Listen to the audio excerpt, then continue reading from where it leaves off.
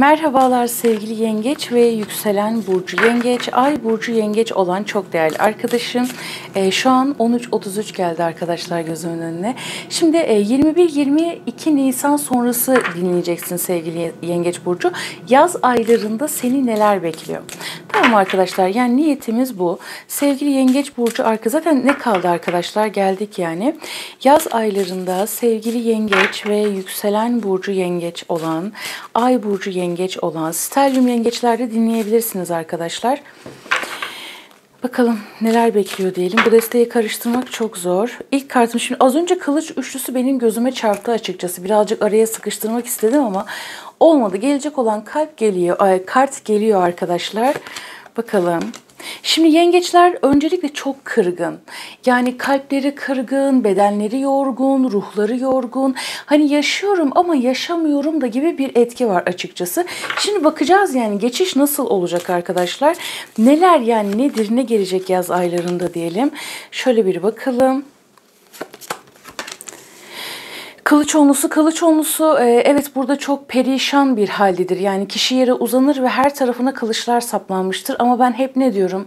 Kılıç onlusu geliyorsa ardından zenginlik gelir, ardından refah gelir, ardından hoşnutluk gelir arkadaşlar. O yüzden böyle bir rahatladım. Acaba dedim çok böyle kötü başladı, kötü mü gidecek diye bir korkmadım değil. Bak. İşte bak bu yani hani yere çakıldım, kalkamıyorum ama artık böyle bir hareket, hız geliyor hayatıma dedi. Çok güzel. Şimdi rahatladım. Şimdi böyle rahat rahat ay değnek altılısı çok güzel, işte bu.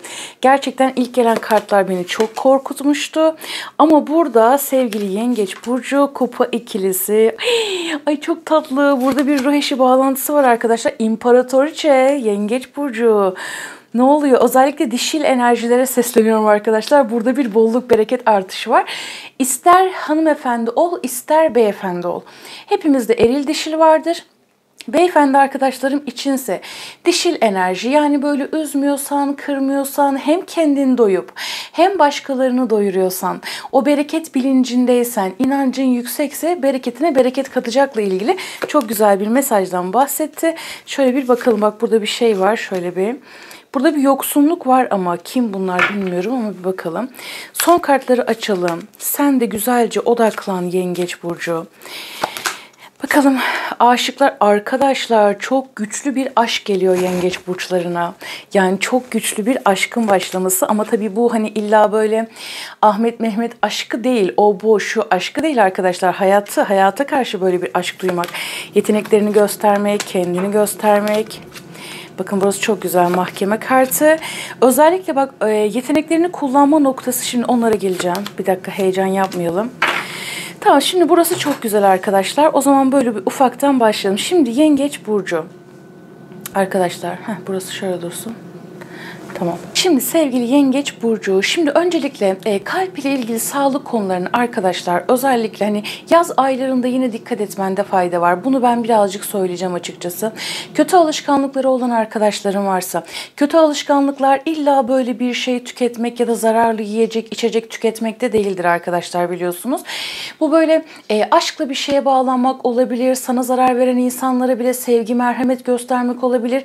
Yengeç burçlarının olumlu tarafı çok tatlıdır, çok minnoştur, çok böyle al beni sarmalık bir şeydir yani yengeçlerin. O tabii gölge tarafları da var, ama gölge taraflarında da böyle mesela sıkışınca yampiri kaçanlar vardır. Ama genelde yengeçler böyle bir minnoştur yani. Yengeç deyince bile benim böyle gözlerim dolar arkadaşlar. Balıklarda da öyle. Şimdi sevgili yengeç burcu, yani burada kalbinin çok hassas olmasıyla ilgili, kalp ile ilgili her türlü sağlık konularına dikkat et, bu bir. İkincisi, şu an hali hazırda hani yaşıyorum ama yaşamıyorum da gibiyim dediğim bir durum söz konusu. Kalbin çok kırılmış, geceleri bir uykusuzluk yaşamak var. Hatta uyumamak için ya da böyle bir şeyleri çok fazla derinlemesine düşünmemek için kendini bir şeylerle oyalıyor olabilirsin. Ne bileyim, işte video izliyorsundur, işte oyunlar oynuyorsundur, elinde telefon, tablet mesela, kitap okuyorsundur ya da bilmiyorum. Uykusuzluklar söz konusu, fakat bu durum önümüzdeki 3 hafta itibariyle, 9 gün ve 3 hafta itibariyle artık geçmeye başlıyor olacak. Ve özellikle Mayıs ayının 10'una kadar en geç bu durumdan böyle bir yavaş kurtulmaya başlıyor olacaksın. Fakat Mayıs ayının 10'una kadar arkadaşlar, hani bunlar çok yakın tarihler çünkü. Mayıs ayının 10'una kadar alıyorum ben. Mayıs ayının 10'una kadar, 7'sine kadar bazı böyle seni hayal kırıklığına uğratabilecek bir durumla karşılaşabilirsin ama sakın korkma. Zaten sürekli bizlere korku pompalayıp duruyorlar. O başka bir konu. Ama biz korkmuyoruz. Bizler inançlı insanlar olduğumuz için, iyi ruhlar olduğumuz için, değil mi? Merhametli olduğumuz için biz hiçbir şeyden korkmuyoruz arkadaşlar. Çünkü her şey olması gerektiği gibi gelişiyor, değil mi? Bunun bilincindeyiz zaten. Şimdi burada bazı böyle aksaklı durumlar yaşayabilirsin. Yani burada görebileceğin bir olay seni şaşırtabilir. Aynı zamanda bel kemik rahatsızlıkları yaşayabilirsin. Kuyruk sokumuyla alakalı, kafa bölgesi, kemiklerini ilgilendiren konularla alakalı sağlık konuları yaşayabilirsin ve burada sol ayakla ilgili sağlık problemi, ama bunlar şöyle, hani bazı sağlık problemlerin tetiklenebilir Mayıs ayının 10'una kadar, hatta ortasına kadar, fakat bu durum geçici, hani şifalandırmak için, tamam mı? Hani burada böyle bir sıkıntı çıktı, uzman doktoruma gittim, hatta birkaç doktoru gezdim, burada artık böyle bir tedavi yöntemine geçtim dediğin durum söz konusu ki pek çoğunuz böyle bir artık hani harekete geçme, ataletten çıkma, harekete geçme, yürüyüşlere başlama, spora başlama, gezmeye, tozma, böyle içinin kıpır kıpır olmasıyla alakalı güzel etkilere doğru girmeye başlıyor olacaksın. Ama her şeyden önce, fakat şöyle bir durum var ki, içten içe, bak, önce uyarılardan bahsediyorum arkadaşlar. Bir de şuraya geçmeden önce, çok pardon, burada bahsettiğim etkiler var ya, bazı olaylar ile karşılaşmak. Şimdi bireysel olarak hayatınızda bazı olaylar ile karşılaşabilirsiniz. Bunlar nedir biliyor musunuz? Burada çıkan etkiye göre seni kilitleyen, senin o kalbini, o minnoş kalbini yaralayan ya da seni haksızlığa uğratan kişilerin yaşayabileceği bazı sıkıntıları görebilirsin. Yengeç burcu. Bununla birlikte bazı çok böyle gerçekten şaşırabileceğin ama çok üzülebileceğin, yani hepinizin hayatında bir şeyler olmayabilir. Sosyal medyada gördüğünüz, duyduğunuz bir olay, yolda giderken bile karşılaştığınız bir etki. Hani böyle hayatınızda bir şey olmasından ziyade, evet, bazılarınızın hayatında, yani bu bir sağlık problemi olabilir, uğraşmanız gereken bir konu olabilir. Özellikle 10 Mayıs tarihine kadar büyük bir kısmınızda da hani bu zaten burada senin enerjilerin çok yüksek olduğu için ve zaten beni izleyen arkadaşlarım çok böyle adaletli, çok iyi niyetli ruhlar oldukları için, kişiler oldukları için hani böyle dışarıda olan olaylar seni çok sarsabilir. Yani şöyle, senin hayatında bir şey yok, düşün yani. Dışarıdaki olaylar seni çok üzüyor. Bir halsizlik, yorgunluk, bitkinlik, değersizlik, umutsuzluk gibi duygular içerisinde de kapılabilirsin. Ama ne olursa olsun burada senin potansiyelin, enerjin çok yüksek. Bunlar dikkat etmen gereken konular, bu bir. İkincisi, önümüzdeki 5 gün, 5 haftalık süre içerisinde para ile ilgili her türlü konuya dikkat etmen lazım. İkinci konu ise şu, özellikle burada şimdi imparatoriçe ile birlikte ve bu minnoşlukla birlikte arkadaşlar, dişil taraf için söylüyorum bunu ayrıyetten. Şimdi parayla ilgili konulara dikkat et, ama hani burada para kaybetmeye ya da para bana gelmez ki, olmaz ki, şöyle ki, böyle ki, parayı çok fazla önemsememeyle alakalı. Bak, burada birikim yapman lazım, tamam mı? Bak şimdi tılsım dörtlüsü. Parayla ilgili kıtlık bilincinden çıkıp birikim yapma noktasına gelmen lazım. Nasıl para kazanırım, nasıl üretirim, ne yapmam lazım, fikir çalıştırman lazım, aklını, fikrini, elini, belini, dilini. Paraya çok önem vermen gereken bir süreç olacak diyor. Bak, onun dışında zaten akış çok güzel. Tamam mı? Akış çok güzel, enerji çok güzel. Burada yeteneklerinden hani oralara geleceğim zaten, ama paraya odaklan, para biriktirmeye başla. Tamam mı? Para biriktirmeye başla, yatırım yapmaya başla. Bunu da uyardık. Hani burayı zaten anlaması gereken arkadaşlarım anladı. Paraya önem vermen lazım dedi. Burada en basiti, yani bir kumbarada para biriktirmek de olabilir. Basit değil yani, hani diğer türlü yatırımların olsa da o da çok farklı bir etkiyi çalıştırır mesela. Tamam, burada parayla ilgili değersizlik duygusundan çık. Paraya çok fazla önem ver. Çünkü burada bereketin çok artacak. Para odaklı olman lazım. Böyle bir mesaj verdi. Şimdi bununla birlikte arkadaşlar, özellikle 6. ay, 6 vurgusu çok baskın. Şimdi bakın, aşıklar kartı, değnek altılısı, özellikle 6. ay sevgili Yengeç burcu, böyle tam da senin dönemine denk gelen etkilerde başarı görmek, takdir, onaylanmak, yaptığın işin onaylanması, senin çok daha görünür olman, bolluğunun, bereketinin artması, dış görünüşünle alakalı değişimler olabilir. Burada pek çoğunuz arkadaşlar, evli olan arkadaşlarım varsa bir çocuk müjdesi olabilir, değil mi? Aynı şekilde burada Rabbim dileyen bütün arkadaşlarıma nasip etsin. Ay çok tatlı şeyler bunlar ya. Şimdi burada doğurganlığının, üretkenliğinin artması, ne bileyim yeni bir ürün çıkartabilirsin, bir kitap, bir eser çıkartabilirsin, sanatsal konularla alakalı. Çünkü burada elinin, dilinin lezzetinin artmasıyla ilgili de bir şey var. Yani 2 serisi, kupa ikilisi aynı zamanda. Burada böyle bir bereketin artması var. Dış görünüşünle alakalı değişimlerin olmasıyla alakalı. Yani burada hayatında çok güçlü ve yeni bir başlangıç var sevgili Yengeç Burcu.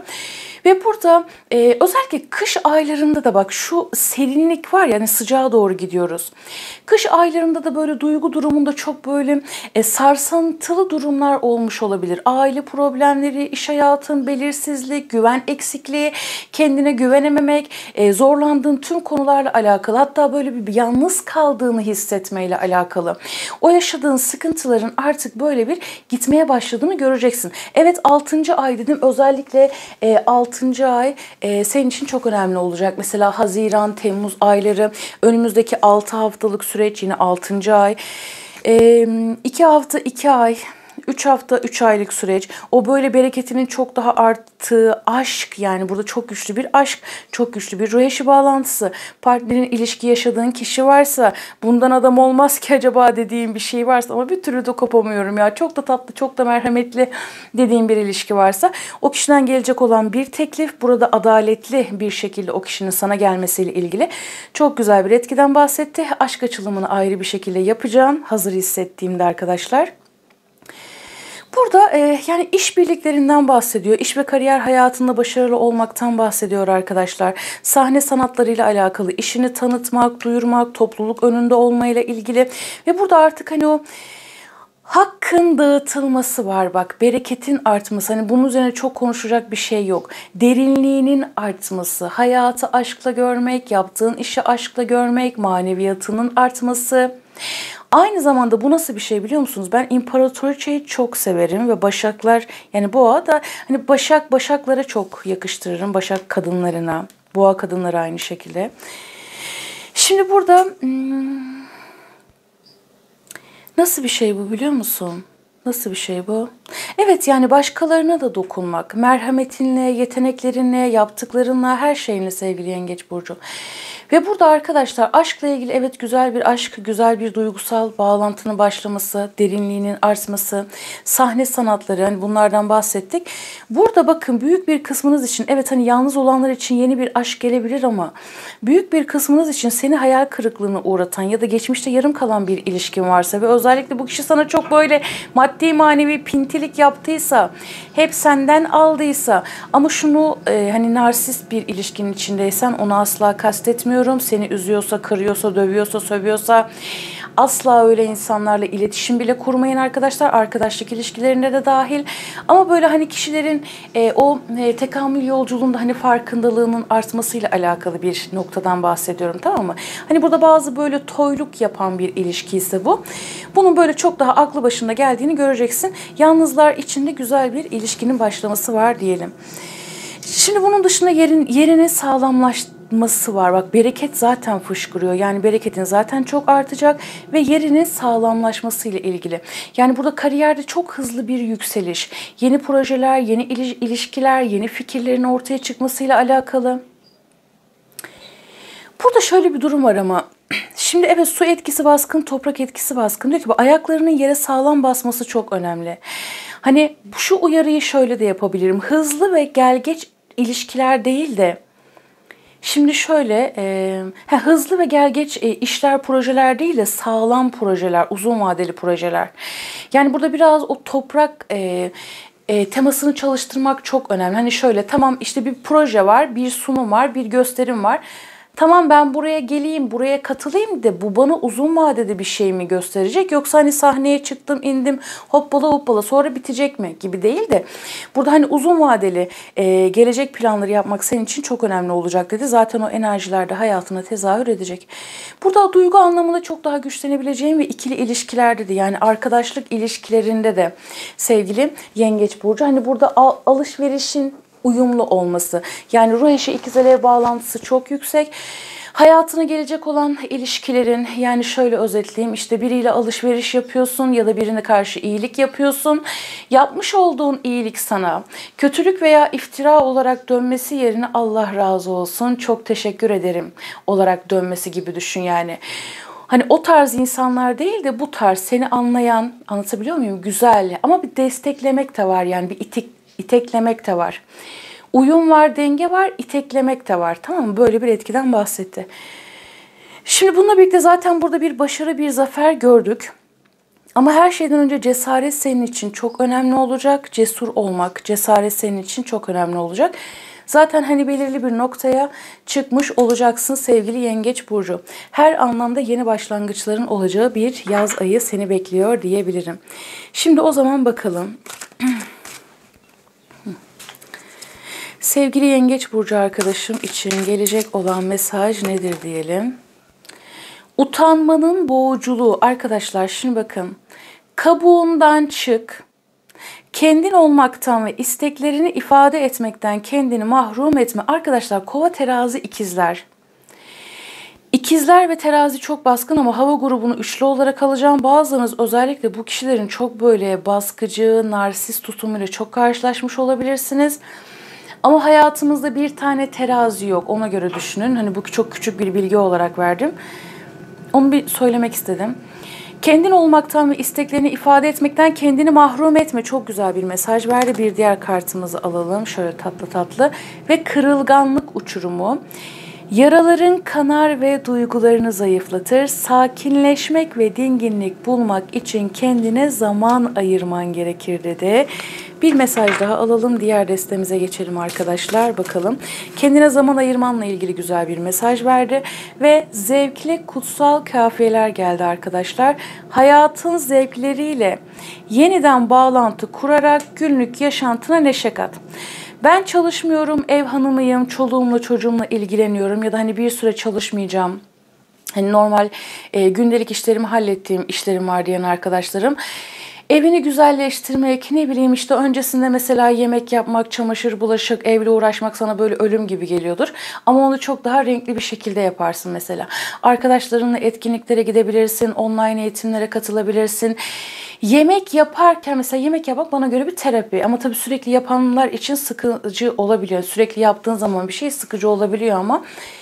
Orada mesela farklı yemekler yapmak, farklı lezzetler, farklı tatlar üretmek, belki bunu sosyal medyadan duyurmak, beceri, el işi de olabilir bu pek tabii ki arkadaşlar.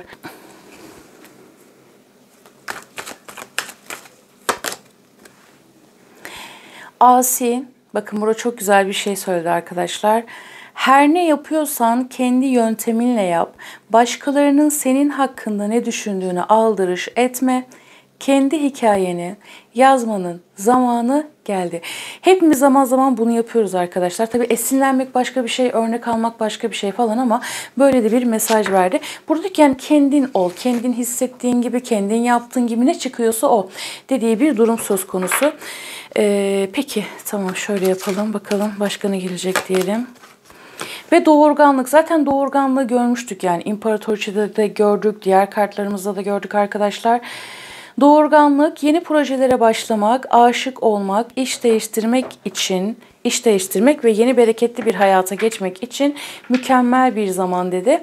Bunun üzerine başka kart almak istemiyorum. Enerji akışım bu şekildeydi. Her şey o güzel kalbine göre olsun. Kendine çok ama çok iyi bak. Görüşmek üzere. Hoşça kal.